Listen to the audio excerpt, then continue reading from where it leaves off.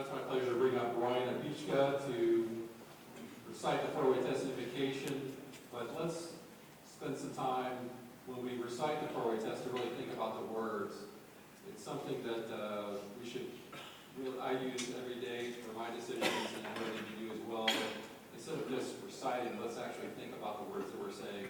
So Ryan, I'll hand it over to you.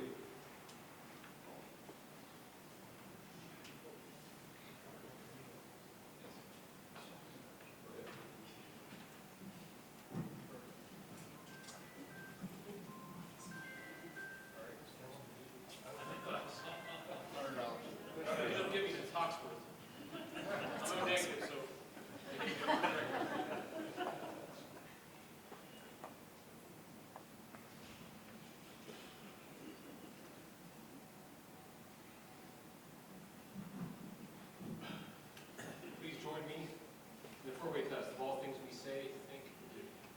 Is it the truth? Is it fair to all concerned?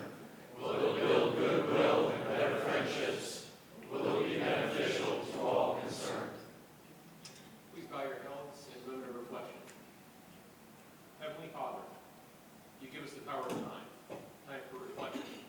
Reflecting on our situations, stepping back and viewing it from the many perspectives, including others. Time for realization, realizing empathy, understanding, compassion, and love for ourselves and our neighbors. Time for revision, revising ourselves. We have the ability to act. We have the ability to change. Therefore, we have the ability to revise all situations by acting. Let us remember that we always have the power of time to reflect, realize, and act. Let us remember in Jesus' name. Amen. Amen.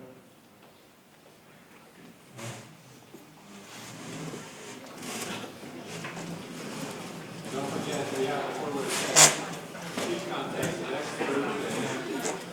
So sign up often and early. On Friday at 5 o'clock is the deadline. We're going to pack the house with, it's always a great meeting. It's my pleasure to bring up Dan Long to let's learn about the guests and visiting the church.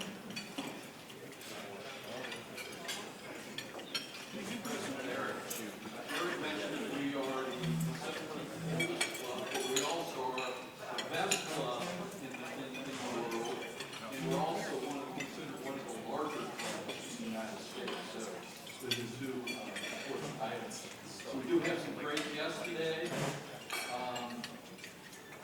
First off, brought to you by Rotarian Jim Junker, Andy Swallow, who is a philanthropic director of Tri-Hub.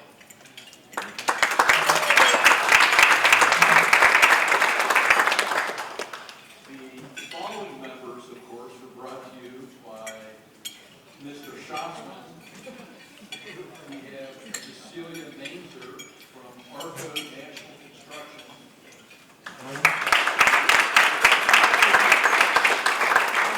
Ramos with PNC Bank. Elizabeth Dreyer with Morgan Stanley. Elizabeth does have her application filled out, so she will be a new member. Jason Hand is with the Graphic Solutions Network. Sammy Kelly with Beyond Neurodiversity. And Jack Wilson from iRhythm Technologies. He also has an application in progress. Michael Shossman, the closer. Also want to introduce Carly Gabbard, a friend of Glenn Scherzinger with the WLW.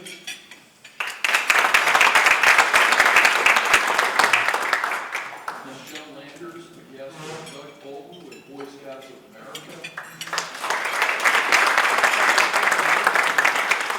Our next individuals are guests of Gary Walton. We have Sue McDonald, who's retired, but she's a volunteer with the Cincinnati Print and Type Museum. We Bibb is with the Cincinnati Print and Type Museum,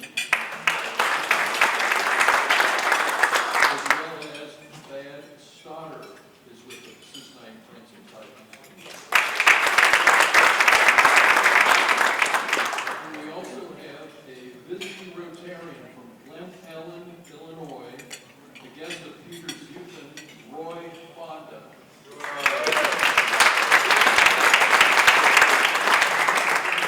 Please, everyone, bear in mind that the month of March is going to be a great month to bring a prospect with a four-way speech. We have the Jefferson Awards coming up. We have neighborhood coffee. We have Red's opening day. Lots of good things going on this month. So please think hard and deep about who can you bring to a lunch and introduce them to Rotary.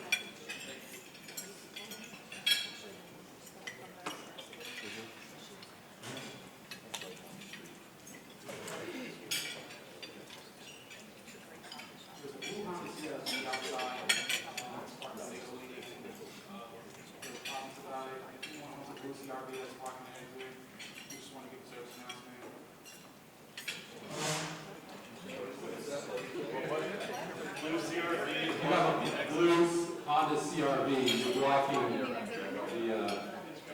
cover? Okay, we're good. All right, so as Dan said, membership is the heart, blood of what we're doing. I'm pleased to announce that we're going to be bringing 8 new members to member review in March, thanks to Mr. Michael Shaxman, membership czar of our club. So it's not too late to bring in folks to rally between now and Rotary, end of the Rotary year. Today we want to bring up meeting sponsor Gary Walton to, we appreciate all that you do, Gary, for this club, and we appreciate you sponsoring today. I know Gary has a team that will be coming up and explaining more about the Print and Type Museum. Thanks, Gary.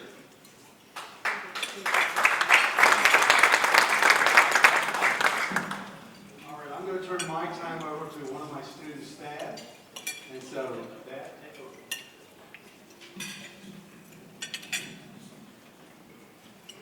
Good afternoon, ladies and gentlemen. Welcome everybody to the view.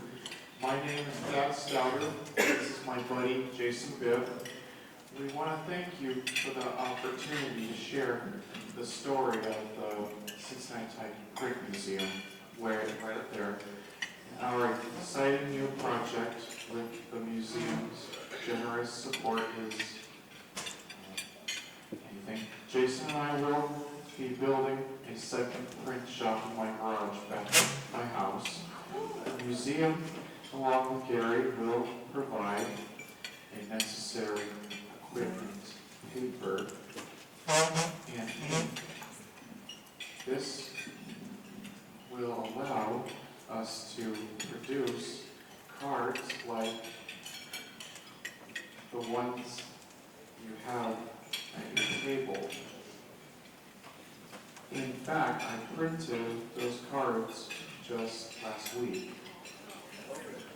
If things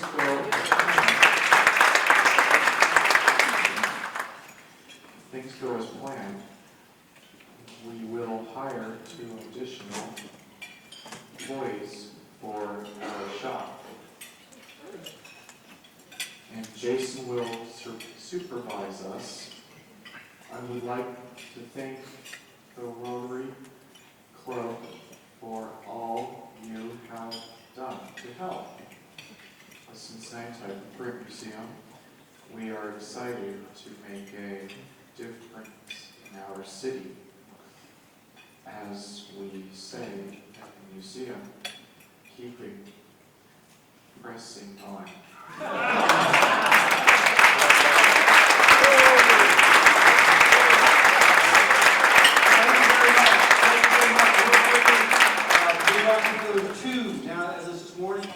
Training centers are all site. The others will be at the Metz Corps in Western Hills. So really excited about 2025 and the impact we're going to have in this city and make it once again a dominant printing city. Thank you.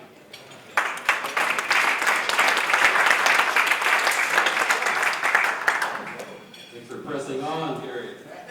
It's my pleasure to bring up Gina Washington, who's going to introduce a new member, Manny Addo.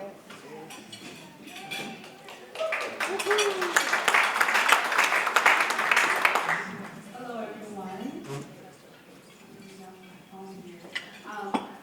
I have the pleasure of introducing Manny. Manny is the CEO of Natural Shake Hair, maker of True Shake products. His products are sold in over 3,000 stores in the U.S. originally from Ghana. He champions fair trade by sourcing shea butter from women in Tamil. Supporting community development, he donates a portion of their sales proceeds to the water wells in Africa. With a background in finance and an MBA from Xavier University, he also promotes U.S. Africa trade through his organization, Africa America Business. He wrote an Amazon bestseller book titled From Africa to 1,500 Kroger Stores. So mark this date on your calendar. October 30th was declared as the Manny Addo Day in Cincinnati.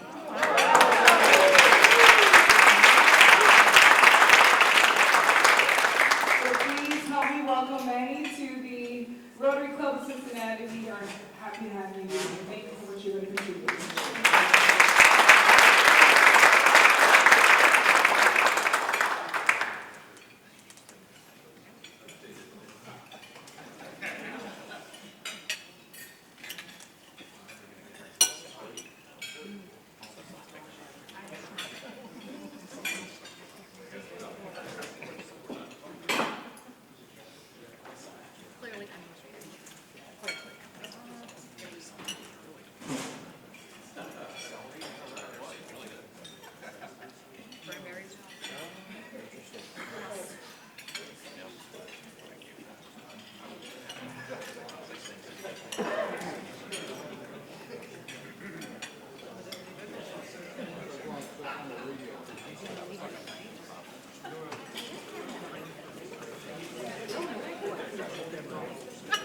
So as a reminder, the Rural Affairs Committee will meet immediately after this meeting on the Island Room, which is in the back right.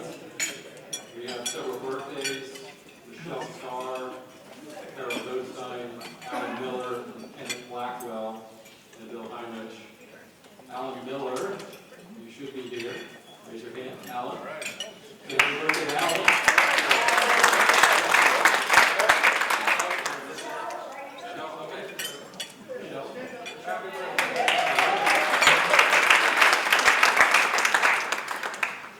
I know this is what you've been waiting for, is to split the pot. We got $43 in the pot today, and a big pot, $424. Tony Maas picked the winning ticket. It is a blue ticket.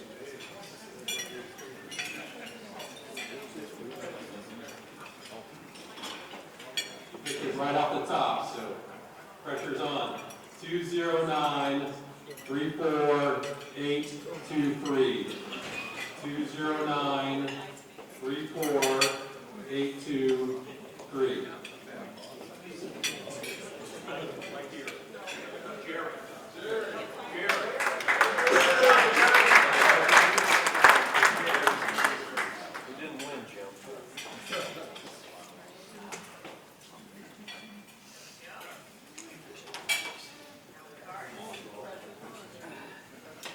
Pressure's on.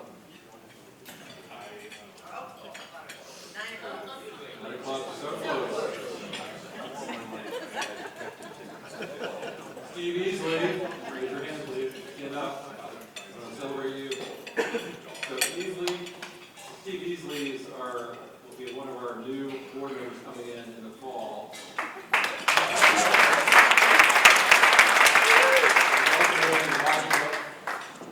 You gotta wear that. Already wear that. So, we're excited. Why is this? Because Easley Blessed Media is voted best photography company in Cincinnati.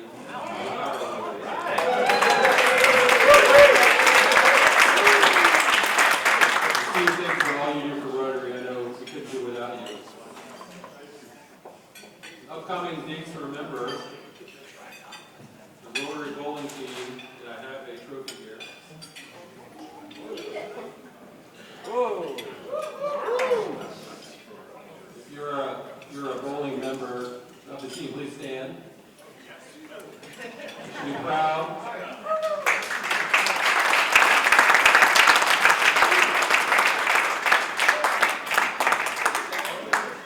You guys are 5-year winners in a row. There's a COVID year in there too, but you're going to defend your title for the 5th time on March the 7th at 6 p.m. All are welcome.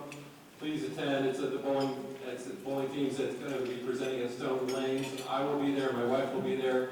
We will not be bowling, but we will be supporting. I got my bowling shirt, so I'm ready to go. If you want to make sure that Cincinnati shows up on the bottom here, show up. And at 6 o'clock on March 7th, there will be food and drinks there later. And appreciate all the bowling team does. And let's bring up Cincinnati another year here. Let's celebrate the bowling team with a round of applause.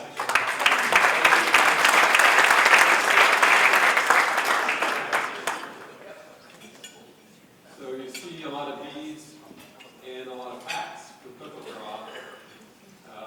Mary and I, my wife and I, will be there to celebrate you.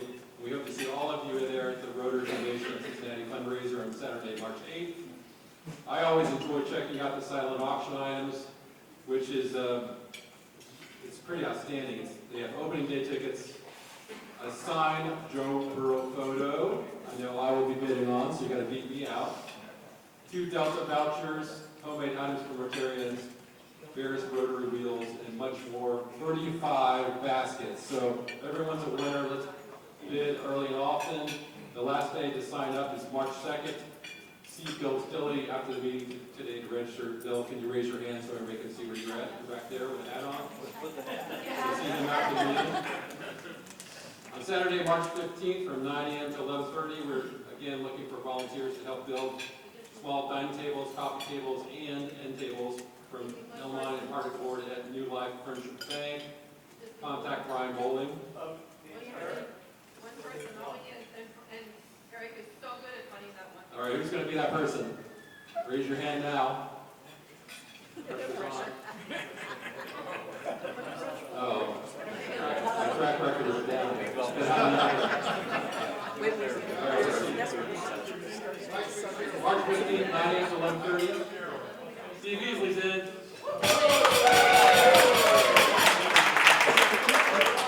All right, Nancy, you got a perfect record. So. All right, Cincinnati Cyclones. I will be there. My wife will be there. So there's a trend here. If you want to hang out with, I better have. Not me, but I better have. Sunday, March 23rd, puck drops at 3 p.m. We'll be playing the Kalamazoo team.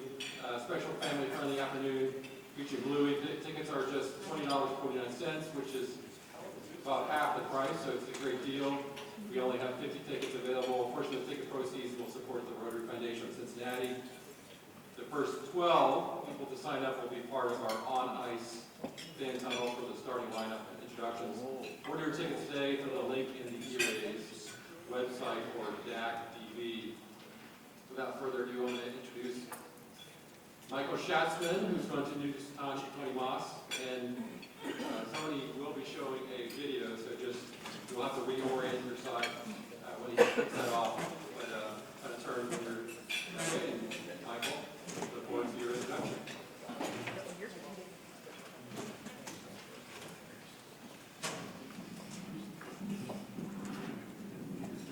I just broke the microphone. Well, good afternoon. Good afternoon, Michael. Good job. It's my pleasure to introduce today's leader in our community whose values align very closely with our own. Service above self, community, and integrity in business. Tony Maas is the president and CEO of J.T.M Food Group, a company rooted in family, faith, and service. Under Tony's leadership, J.T.M has grown from a small family business to a national provider of high-quality food solutions, serving schools, restaurants, military troops, and communities across North America. But beyond his business success, Tony has built a culture of giving back, supporting ministries, veterans, and organizations that strengthen our community. A devoted husband, father, and grandfather, Tony embodies the values of faith, family, and service, much like the Rotary Club of Cincinnati. Please join me in welcoming Tony Maas.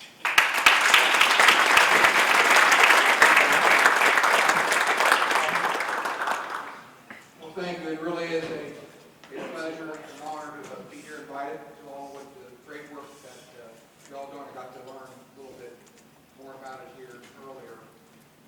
You know, ourselves at J.T.M, my entire life has been immersed in family and faith and actually business. It's something I've ever done.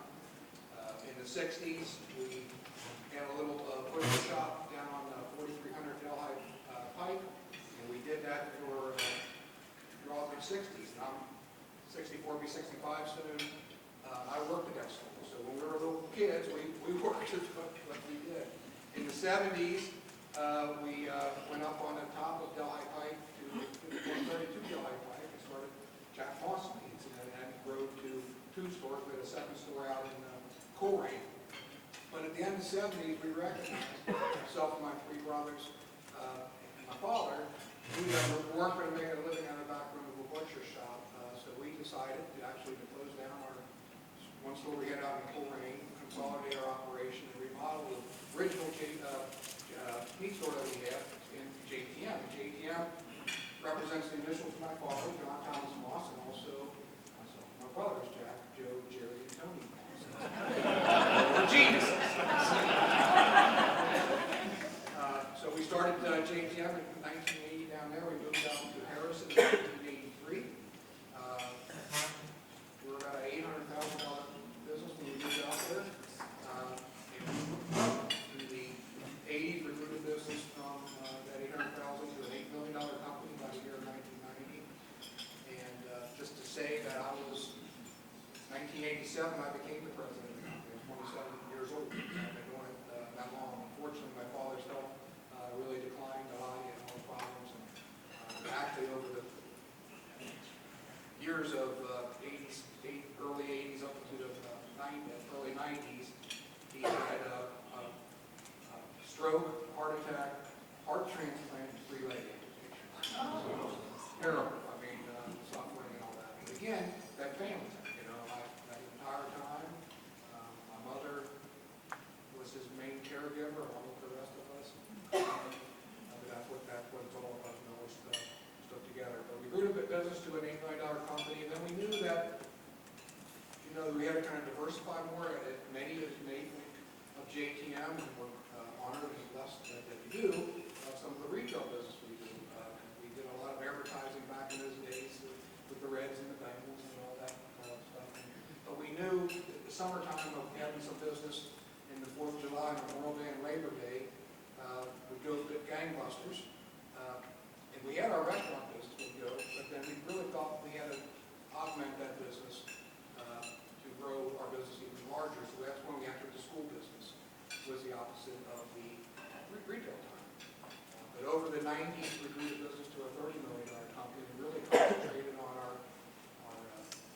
core competency, which was kettle. So think about chili and taco meat, spaghetti sauce, and macaroni and cheese, and beer cheese, and those type of products to make beef stew. That's really we diversified our company into that. Really became a national leader. So we grew the business then. We made a strategic plan by the year of 2005 to be a $50 million company. We were able to accomplish that by the year 2010. We wanted to be a $100 million company. And for those people that are in the financial world and stuff like that, or strategic planning, I always get a kick out of this because on December 30th of 2010, we hit the $100 million.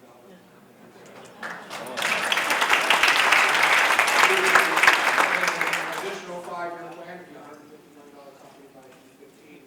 We did that. And at that point in time, we were completely maxed out of the footprint that we had.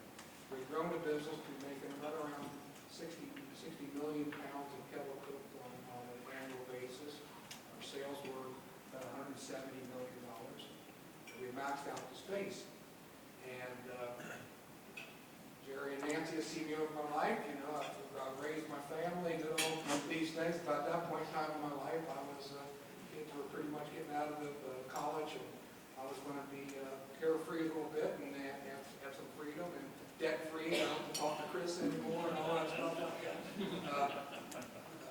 But, you know, the realization that's not what you got to do in business. You got to be able to, you either grow or you die.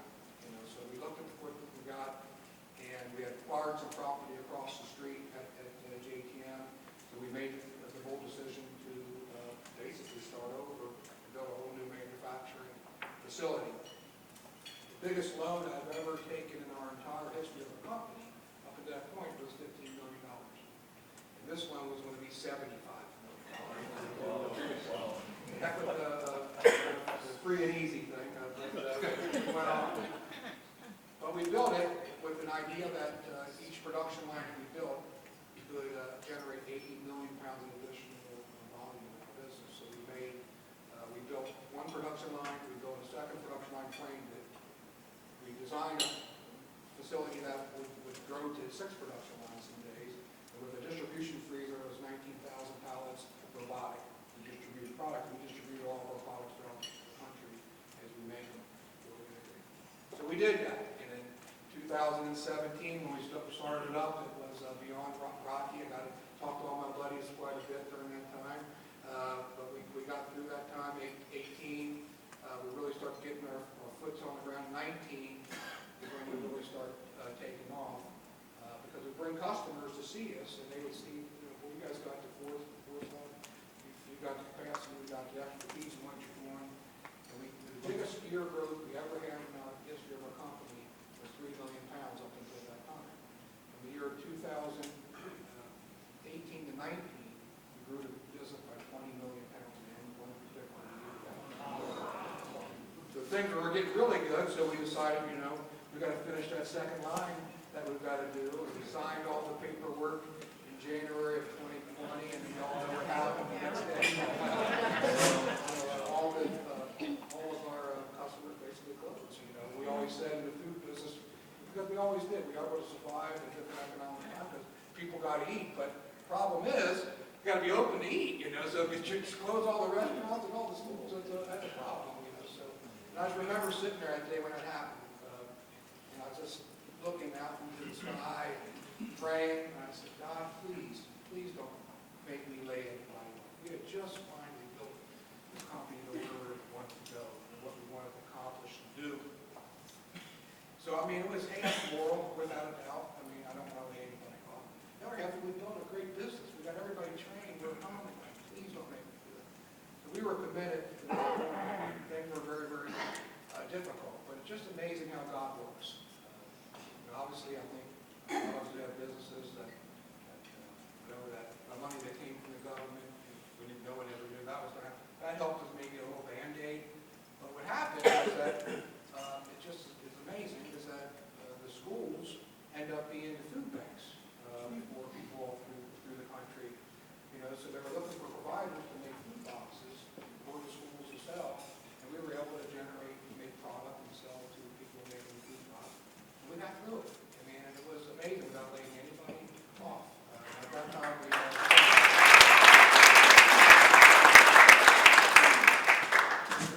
through that, and then we set out to grow the business again, and we're currently now in another expansion of line 3 of the expansion.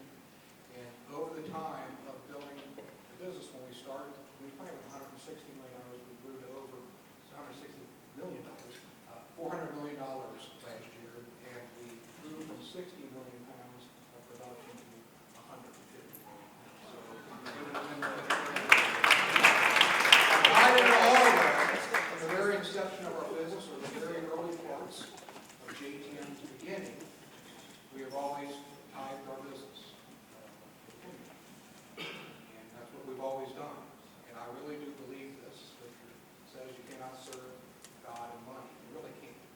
But I'll give you a good business plan. If you serve God first, the money will follow. You know, and that will happen. And if you keep your priorities in the right straight, everything you're doing is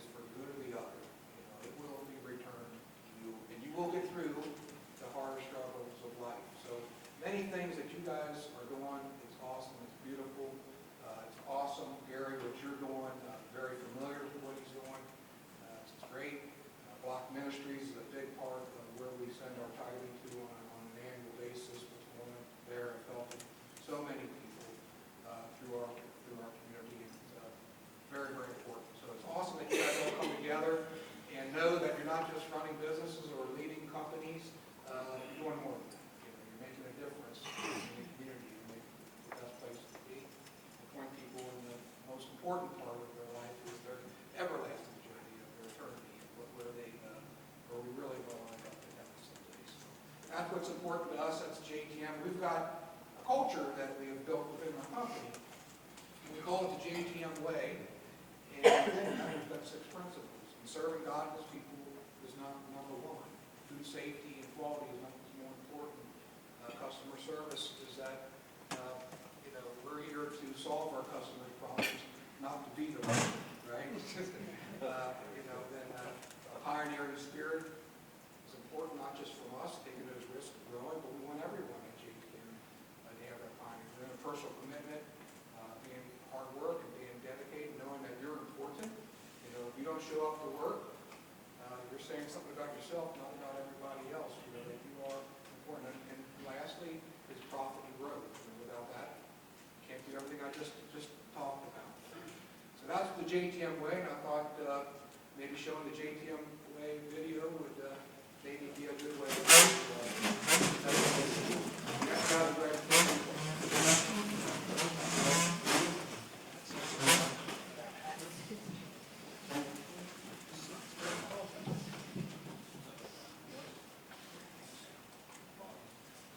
always an audio problem. I can relate.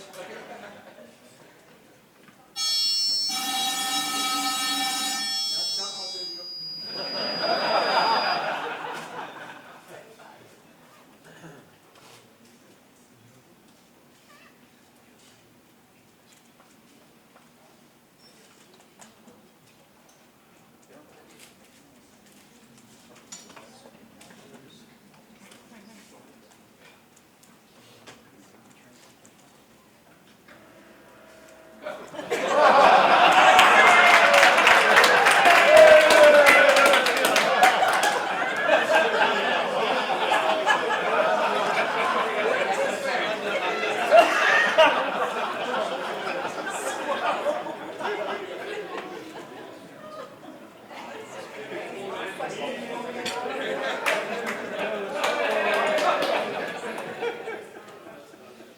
That's not it.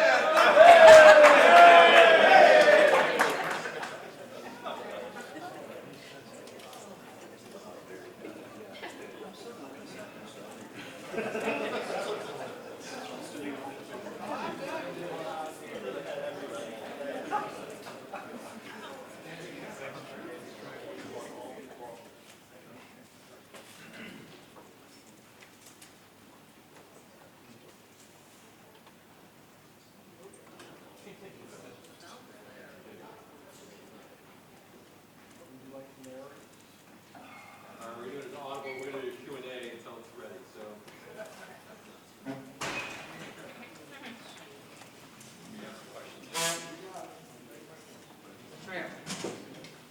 Tell us about some of the philanthropic donations that you've made that have had the impact that has given you the most joy. Yeah, there's several, but first and foremost, I would say Block Ministry is the one that I mentioned. And if anyone here is familiar with Block Ministry, they do an array of different things in the community, not just Price Hill, but in different other, impoverished areas throughout the city. And just some of the beautiful work they do is really, unfortunately, a destination breakup of the family is such a core part of why the culture has turned into what it has been. So they really do work to strengthen families, help children that need help after schools. Some of the most beautiful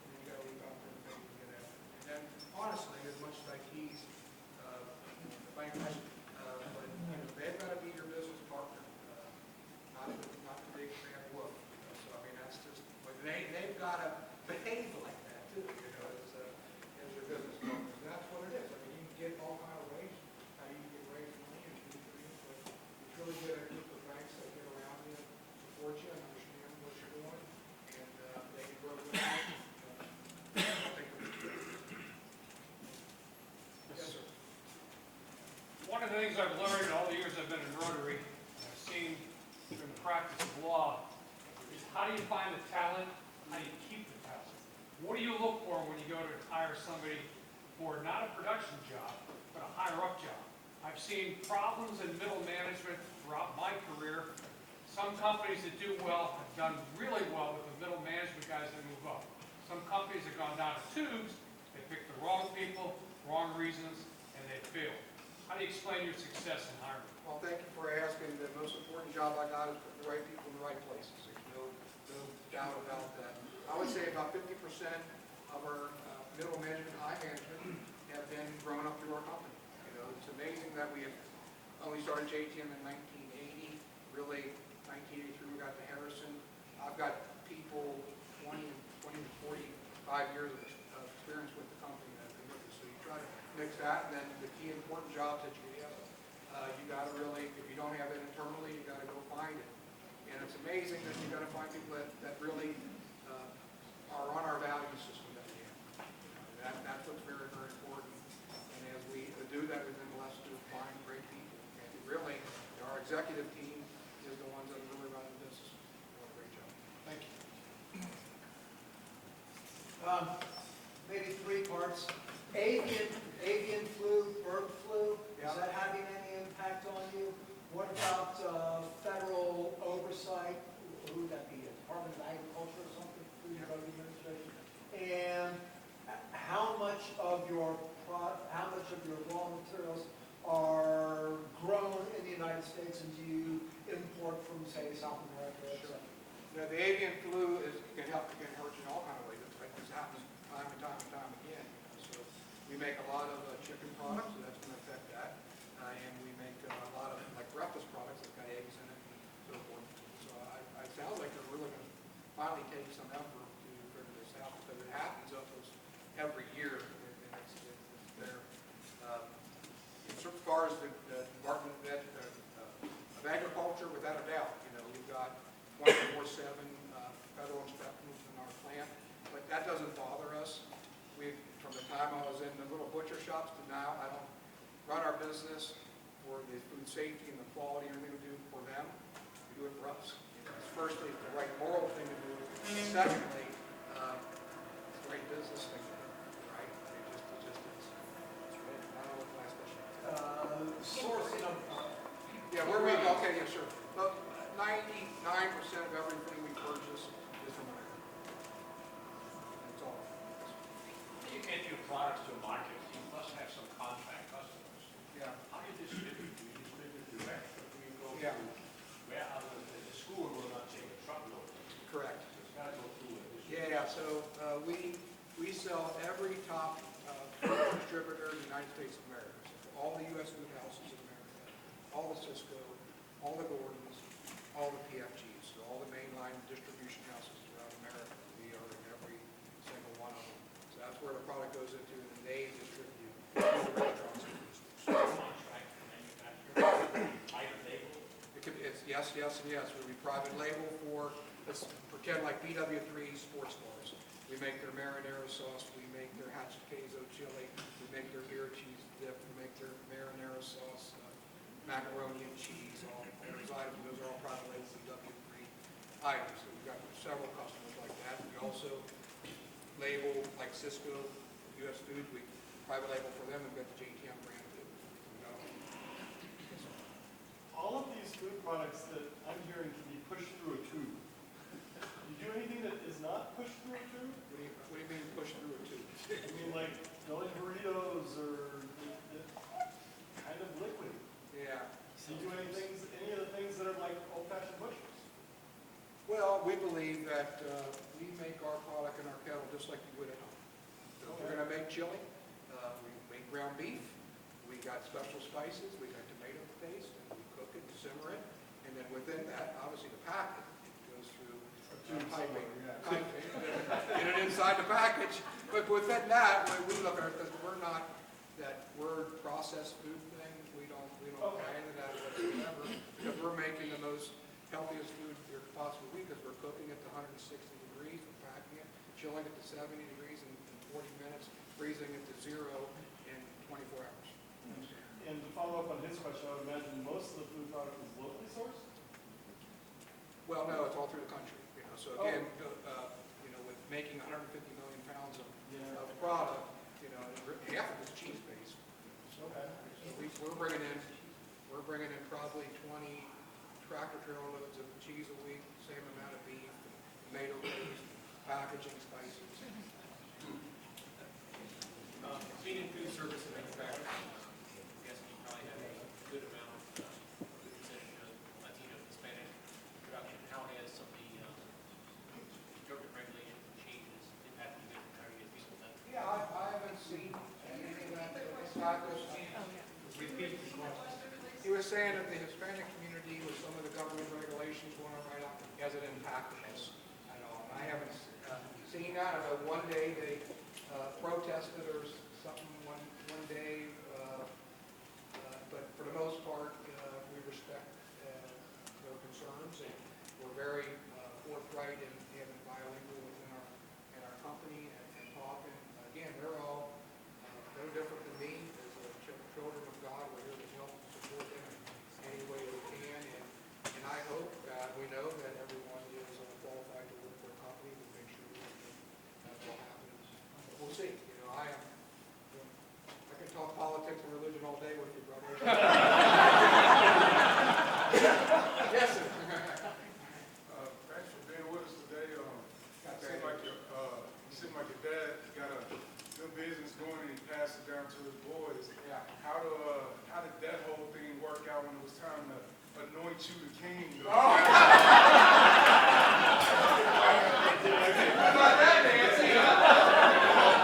got brothers and it would have been a SmackDown Raw.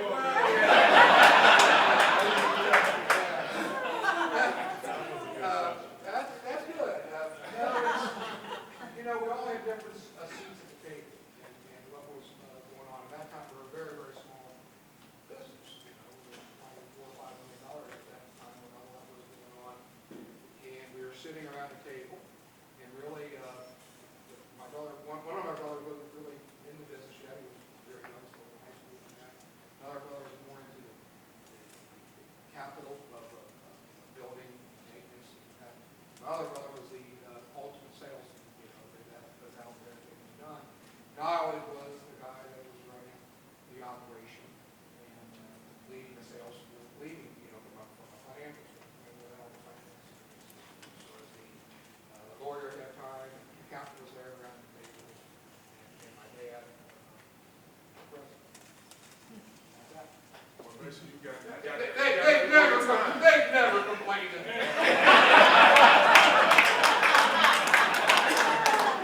Yes, sir. When I was in the Navy, us sailors were served on board ship something we call mystery meat. Along those lines, whipping a hot dog. No, listen, the reality is that, we are carnivores, we eat meat, right? So, there's really not mystery meat. Either a hot dog is either formulated out of using beef, pork, or turkey, or chicken. Is that like leftovers or? No, that's all correct stuff. It really is. Again, the business that we're in, one of the questions asked earlier in that would be, first, you should be running your business for yourself. That's what we've always done. Never for government. But government regulations and everybody go over and bring food safety it's imperative. Let's just figure it right now as I'm sitting here, hundreds of thousands, potentially a million people are eating our food right now. The moral responsibility of that going right is everything, and then the business responsibility of that is everything. So everybody in the food manufacturing business. So what's in a hot dog? It's a secured smoke. Is it mixed though? It's from different, like beef, pork? It could be. You gotta look at the label. A lot of the hot dogs, we don't do that because I don't make hot dogs. But usually they might go to the least cost formulation or whatever is. They'll change the label. You can buy a pack of hot dogs one day and see beef, turkey as the formulation. Next day you might see chicken, something as a formulation. It's possible. Thank you. Yes, sir. Yes, you talked about the handoff to you from your father. Talk about the next generation and some of the where it's going, what the challenge Yeah, is. you know, we are 100% committed to the legacy of our company. Phone calls, letters, emails, inundated with people wanting to buy us. And in a lot of ways, that would be a nice, easy way to accomplish what I talked about earlier. But that's not it. We're here for a much greater purpose. So the legacy of our family, the legacy of our business is very important to us until, I say, until Jesus comes home, brings us home. So, and I'm blessed to know that the kids, our kids, understand that and are committed to that right now. So we got 7 of the 3rd generation that are in the business. If any, maybe none of them will ever succeed me. That's not important. We got to put the right people in the right places. But we've got, like my daughter is in our HR department. If we could have shown you that famous video there, she runs the J.T.M way and really works with the culture of J.T.M. And I got a son that is now running our food service and our sales. And I got a couple more in the HR department. I got another nephew in the sales. Spread out one in R&D. So that's just the way it goes. So we're committed for the long haul. Those lives of 700 J.T.M team members and all the customers, their families, and all the charities that we're counting on, and not just the paycheck, but as we are influencers in their lives and how they're influencing our lives, that's their family, and that's, we got that forever. So it's just me. Can we go online and watch the YouTube video? On YouTube, watch the video? Yes. Okay, good. Yes. It won't work, I'm sure. Christie will send out the video to all attendees. Okay, great. Diane? So your story has been about growing. Are you done growing or? Oh, no. So there's 40. Oh, no. No peace on earth. Do you know if you stay in Cincinnati? Oh, yeah, no, we can manufacture it. The good news is that, again, we talked about that 60 million that we built the plant, we're up to 150 million. With the expansions we got right now in place, we could grow the business to 260 million pounds. So we've got 100 million more pounds of growth with the current production that we're doing right now, building, that we're doing, that should be complete. So, May 1st of this year, the feast day of St. Joseph, the work, we get busy here. So, got ways to go. Yes, sir. Do you contract manufacture at all? Do you do any contract A manufacturing? little bit. We make, in the school business, a lot of times the schools want a variety of different products. A lot of them that we don't make, we're focused on our kettle product and that. So we outsource, we make corn dogs, back to the friends back there. So like ground turkey, corn dogs. We're trying to think what else. We make like a Philly steak meat. We contract that out. So things that we don't do that our customers that we're currently serving kind of want one supplier for, so we try to find and connect that and make a little bit, but it's only maybe 2-3% of our business. Yes, sir. Is J.T.M getting the touch put on it for NIL support for any area of universities? I'm not a believer. I'm just not, but we support the university advertising and things like that. But we've talked about the money to pay the players. Is that what you're speaking of? Yes, that's not. I want to give my money to things that are redeeming. Yes, sir. Yes, I'd be interested to know about automation and robotics, how that's currently influencing the business and how you see that impacting the business. No, it's significant, and we've always had that forward-thinking automation, and that's only grown employment along with the automation we've got. So the distribution I talked about is 19,000 pallets, all robotic. So all the product, in fact, it's good and bad. Back when I was getting after it and working in the freezers and that, if you got behind, you just work harder and go. But the bad thing is that robot is going down. That product on the 9th floor up top there ain't coming down. But no, we bring that in and it brings way more efficiency because we're getting out 2 truckloads an hour. We're shipping out of the J.T.M every hour, 24, 6 a week. And then in plant, all the formulations where you would just have to do this, scratch off a piece of bridge. Now it's all computerized and bring it form and validating everything that we're making. So it's very much in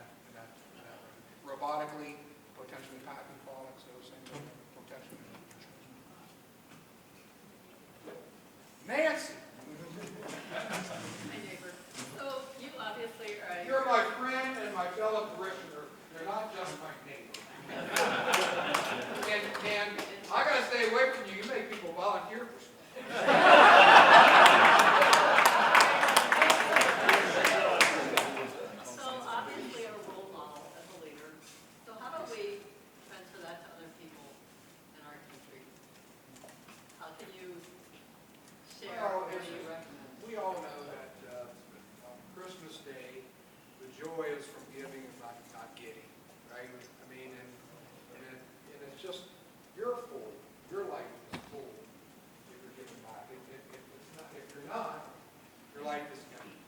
It's just despite what material wealth you gain into it, you know. So, you know, as a leader, you're given this responsibility, this opportunity to really impact others. And yes, you do impact them locally. And by doing that, you're fulfilled. So you get the blessing. So I try to transport that to others in our company, that everything you do is about, we all got the same chart, the leader at the bottom, serving everybody else, but it's true. It really is. I think that you got that type of spirit, and that your energy and your purpose goes up to the memory, and you get it.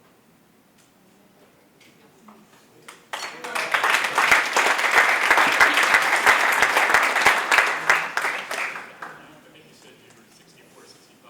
What do you know now that you wish you had when you were 47 years old? You know, that's Doug, thank you for asking that. I just think about life a little differently now, because sometimes that hasn't happened.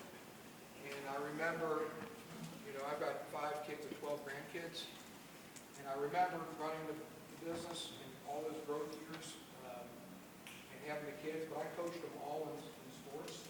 I coached 3 basketball teams at one time, sometimes 3 baseball.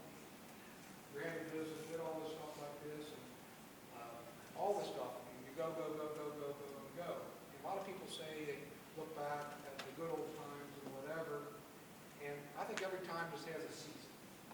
Every time has today, if I get in my car on a Saturday morning, I drive by all those ball fields and say, how in the world was I doing all that? I'm going to country club.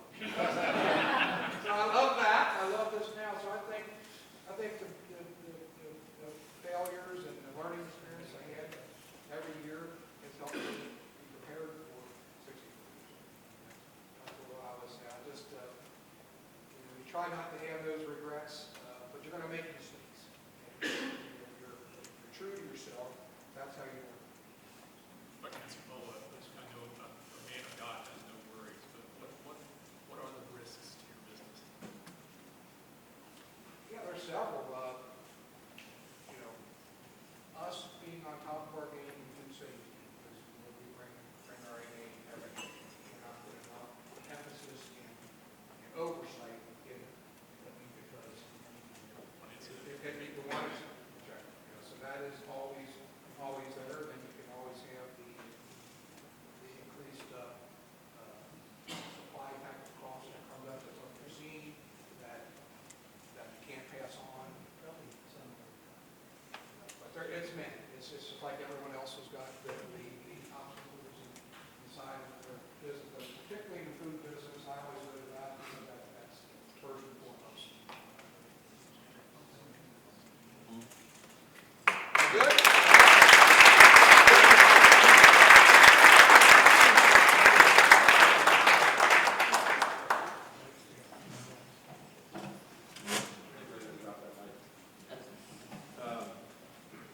First of all, one of the global campaigns of Rotary International is to end polio.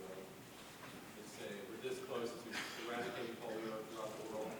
We're making a gift in your honor for today's speech from our foundation in your name, in honor for End Polio Now. And I also want to share with you, Ryan, recited the 4-way test. We want to give you a coin that represents the Cincinnati skyline on one side of the 4-way test. So you remember us when you are traveling, and you can always look at the beautiful city of Cincinnati. And this is how this is our core values. It's very similar to J.T.M in a way. And really appreciate all your discussion. I know you'll stay after to answer any questions from anyone. We have the World Affairs Committee afterwards. Sign up by Friday at 5 for the 4-way test. And have a great week. And let's sign up early and often to Marty. Let's have a big turnout for Cocoa Bra, and make sure you sign up again for Friday at 5. We'll send out the video for all attendees, and have a great week. Thanks.